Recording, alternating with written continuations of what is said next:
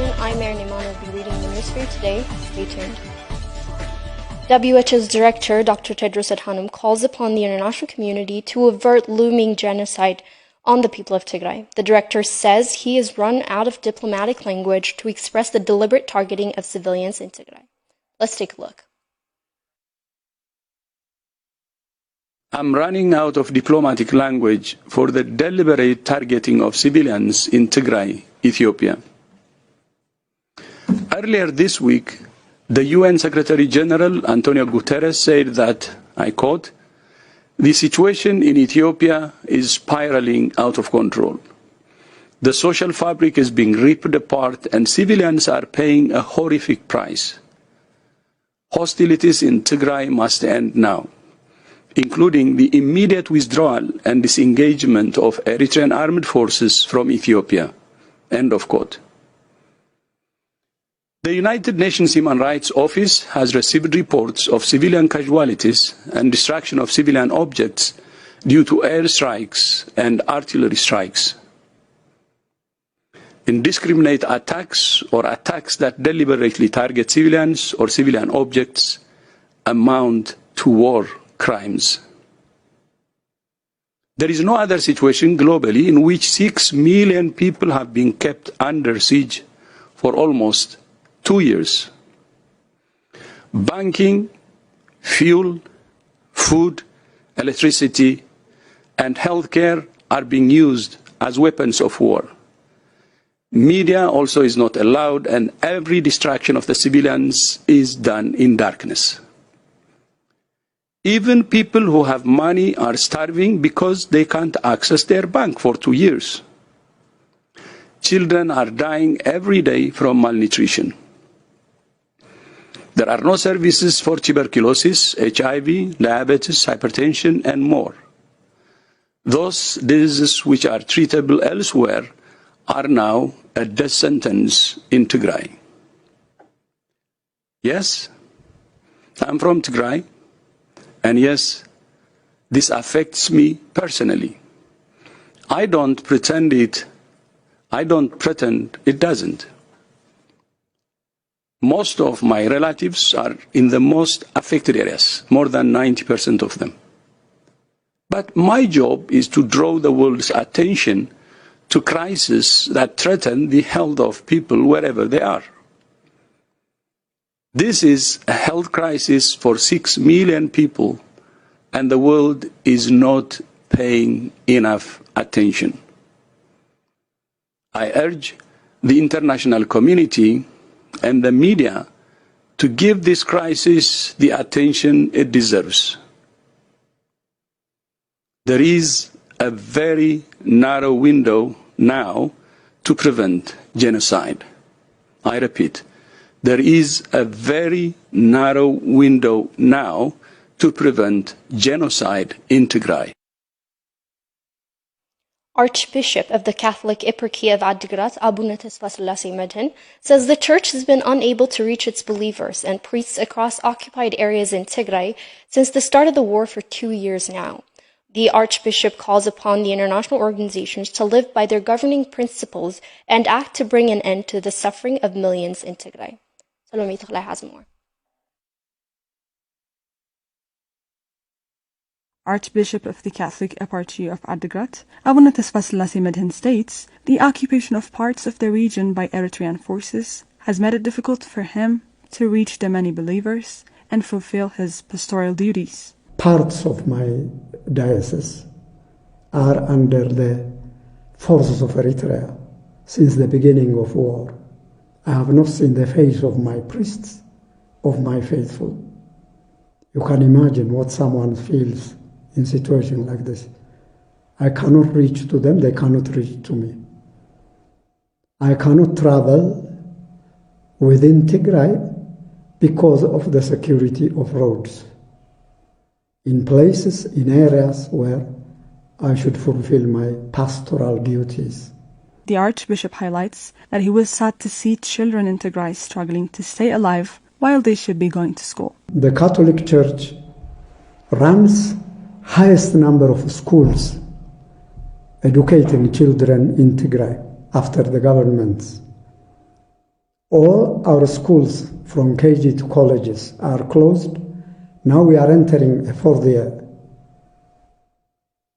Which country in which part of the world can feel sane while its children's education is deprived for more than 3 years? This is the biggest human crime that I can imagine. I am sad. Our students of our schools, all schools in Tigray, colleges, who could have started college and now being graduated third or fourth year, now they are struggling for life. Abuna Tesfa Selassie Medhin says his church is grateful to individuals and organizations that have been at the forefront of helping the many in need in Tigray, but says he is disappointed to learn the response from the UN and different nations remains low. Grateful to any organizations, individuals, our own partners, including the Holy Father, Pope Francis, who have several times voiced for peace and peaceful settlement and humanitarian access for Tigray people. Those who are directly helping or those who are advocating for this humanitarian services, be they individuals, organizations, or governments. I am immensely grateful to this. At the same time, I see our world is helpless with regard to its international organizations, like the United Nations. I mean, several attempts, several meetings, several statements are heard, but hundreds of thousands of people have died in Tigray since the beginning of discussions about Tigray in the floors of the United Nations. The Archbishop stresses the need for international organizations to follow their governing principles and act to save the lives of millions in Tigray. I really think that this kind of executive power that is in the hands of few, that may have been designed after world wars for those services, I think it's a high time to revisit.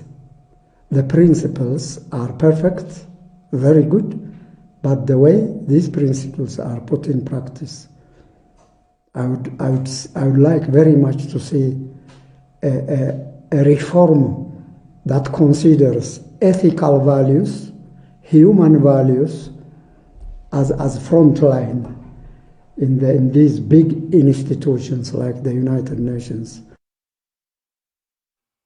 Hate speech against ethnic Tigrayans that normalize genocide continue to circulate on the social media.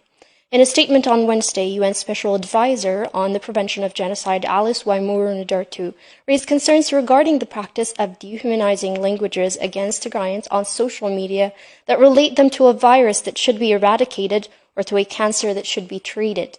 Inflammatory language by political leaders and armed groups in the war on Tigray continues unabated, said the advisor. Since the onset of the war on Tigray, hate speech has been used as an instrument on social media to call for the killing and the arrest of Tigrayans across Ethiopia. The special advisor said hate speech calling for the killing of every single youth from Tigray is particularly concerning, and called on the tech companies to do everything possible to stop the onslaught of hate speech fueling the war on Tigray.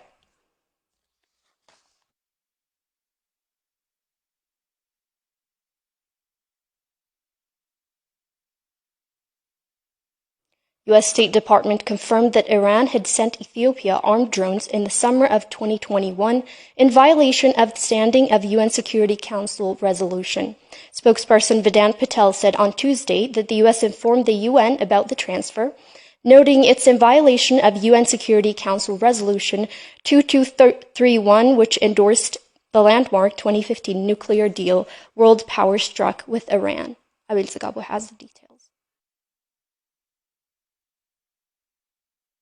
In his briefing on Tuesday, spokesperson for U.S. State Department, Vedant Patel, said Iran had sent Ethiopian military drones in summer of 2021. The spokesperson also said that the U.S. informed the UN about the transfer that is in violation of UN Security Council Resolution 2231, which endorsed the landmark 2015 nuclear deal world powers agreed with Iran.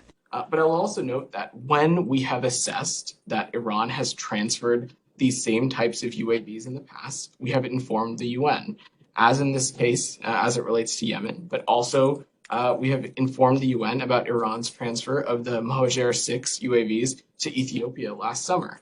I can't speak to any public messaging around that. I certainly didn't work here at the time, but this kind of transfer would fall under this restriction and would be subject to it. The resolution lifted many sanctions imposed on the Islamic Republic of Iran in return for Tehran agreeing to hold back its nuclear activities and allowing international inspections to take effect. It also established a 2020 deadline for an arms embargo to be lifted on Iran despite maintaining restrictions on the transfer of certain military technologies until 2023. Multiple media outlets reported on Ethiopia's apparent use of Mohajer 6 drones as the tide of the war shifted in the government's favor, with the State Department's comment are the first government confirmation that the drones had been deployed in the war on Tigray. Chair for International Commission of Human Rights expert on Ethiopia, Betty Kari Muringi, said in September of this year that drones operated by Ethiopian government on Tigray are inflicting the death and the injury of civilians and the destruction of civilian properties.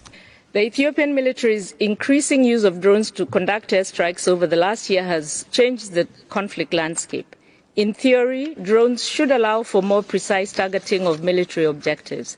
However, our investigation indicates that their use has exposed civilians to new and heightened risks. We have received reports of drone strikes in Tigray in the last 4 weeks, which have allegedly killed and injured civilians, including children. Even though the UN, EU, US as well as other powerful actors have denounced the aerial attacks on civilians in Tigray, the Ethiopian and Eritrean forces continue airstrikes and drone attacks in different parts of Tigray almost on a daily basis. People with special needs in El Shaddai sheltering camp experiencing worse living conditions as the war and the all-encompassing siege regain momentum, more severe than they ever had in Tigray. Our reporter Winta Kidana has spoken to these IDPs who say that the current situation in Tigray has become unbearable, especially to those with special needs. Hagos Haile from Dogatenben and Kibron Brahana from Shararo, northwestern Tigray are university graduates with special needs who are now sheltered in El Shaddai Relief and Development Association due to the war on Tigray. They say the war and the all-encompassing siege imposed on Tigray made them unable to reach their family after their graduation. I graduated from Magala University in sociology in 2021, but couldn't go home because of the war that erupted in Tigray. Consequently, we stayed here for a while, but the university finally had to let us go to El Shaddai at the temporary IDP camp, along with the IDPs from Western Tigray.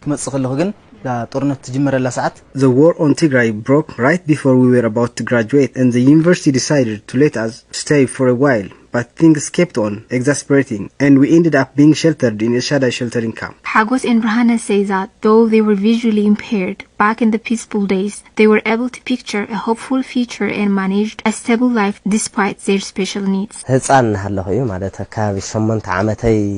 I was about 8 years old, I got diagnosed with a pox and I tried to get treatment. However, my vision couldn't come back. Losing my vision was a turning point in my life because I had to practice a lifestyle in accordance to my special need. Not sound like I am saying it was easy, but I managed to have a really stable life. I always was hopeful about growing and having a better life and eventually help my family.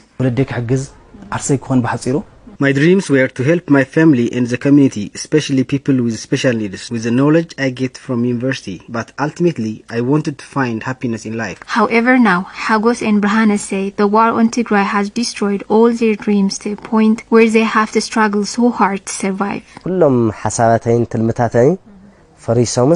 now, the war on Tigray and the siege that has followed it has ruined all my dreams and plans, and I know have remained dependent on others' generosity, which I never imagined my life would turn out to be.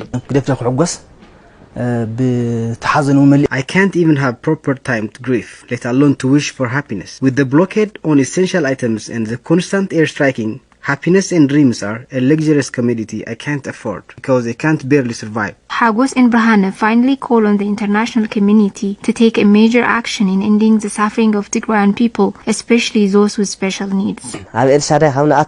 I want to thank El Shaddai for the help it offered us so far, because our life is a lot better than those living and sleeping in the streets and can't be able to get food, though none of what we have here is barely enough, because the institution is running out of resources. The international community couldn't do anything major except releasing a statement of concern, and this is especially hurting the lives of children, people with special needs and other vulnerable parts of society. It's time that the international community should work together to stop the war in Tigray and allow access to humanitarian aid. Well, that's it for me today. Thank you for tuning in.